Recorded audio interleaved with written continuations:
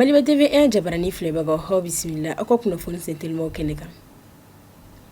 Jamana kalanko minisiri Hamadu Sisavane ye cidenjɛkulu dɔw bisimila ka bɔ diɲɛ kalanko jɛkulu GPE yɔrɔ ni o ye partenariat mondial pour l'éducation ye. O cidenjɛkulu tun bɛ tali kɛ Adria Arakoto, Arvoni ni Margarita Bokalate la. Kumaɲɔgɔnyaw tɛmɛna u ni Mali faamaw ɲɔgɔn cɛ walasa ka jɛgafɔ sabati kalanko siratigɛ la kɛrɛnkɛrɛnma ni kalanso caman joli yaasa denmisɛnw bɛ se ka taa lakɔlisow la mɔgɔ si kana kɛ dɛkɛnɛfɛn ye fo ka taa se kalan kɛcogo ɲuman yɛrɛ ma. O sira fɛ minisiri y'a jira ko Mali cɛsirilen don ka nin jɛkafɔ in sabati malidenw ka nafa kama.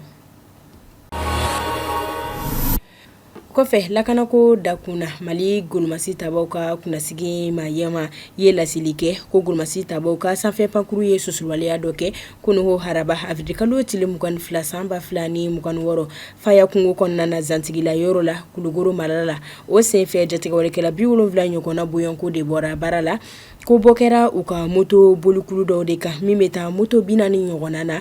Golomasi tabaw b'a jira ko jatigɛwalekɛbaw ka minɛnw fana tiɲɛna ni ka laban ka hakilisigi kuma fɔ ko wulikajɔ ɲɔgɔnnaw bɛ senna yaasa ka lakana sabati jamana fan bɛɛ la.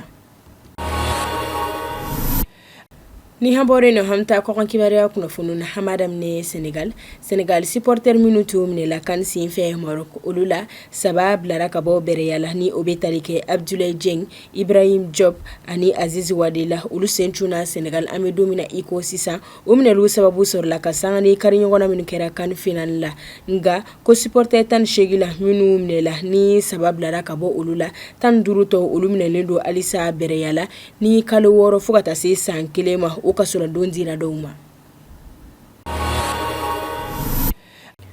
An bɛ kɔkan kibaruya o kɔni an b'o kuncɛ Irisi Seychelles jamanakuntigi Patrick Hermini bisimilayira Kremlin Irisi jamanakuntigi Vladimir Putin fɛ min bɛ bila baara taama dɔ kɔnɔna na u ka kumaw tun sinsinnen bɛ tourisme ɲɛ sɔrɔko yiriwali ani lakanako kun ye.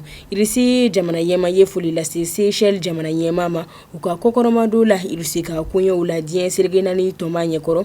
O sira fɛ Patrick Hermini ye Irisi fo u ka hadamadenya dɛmɛ la kɔsa in na ka sanga ni Moyen Orient kɛlɛw ye ka jira ko Seychelles jamanadenw tɛna ɲina o wale in kɔ. Nin de bɛ dansigi aw ka kunnafoni sentelimaw la Maliba TV1 jabaranin kan.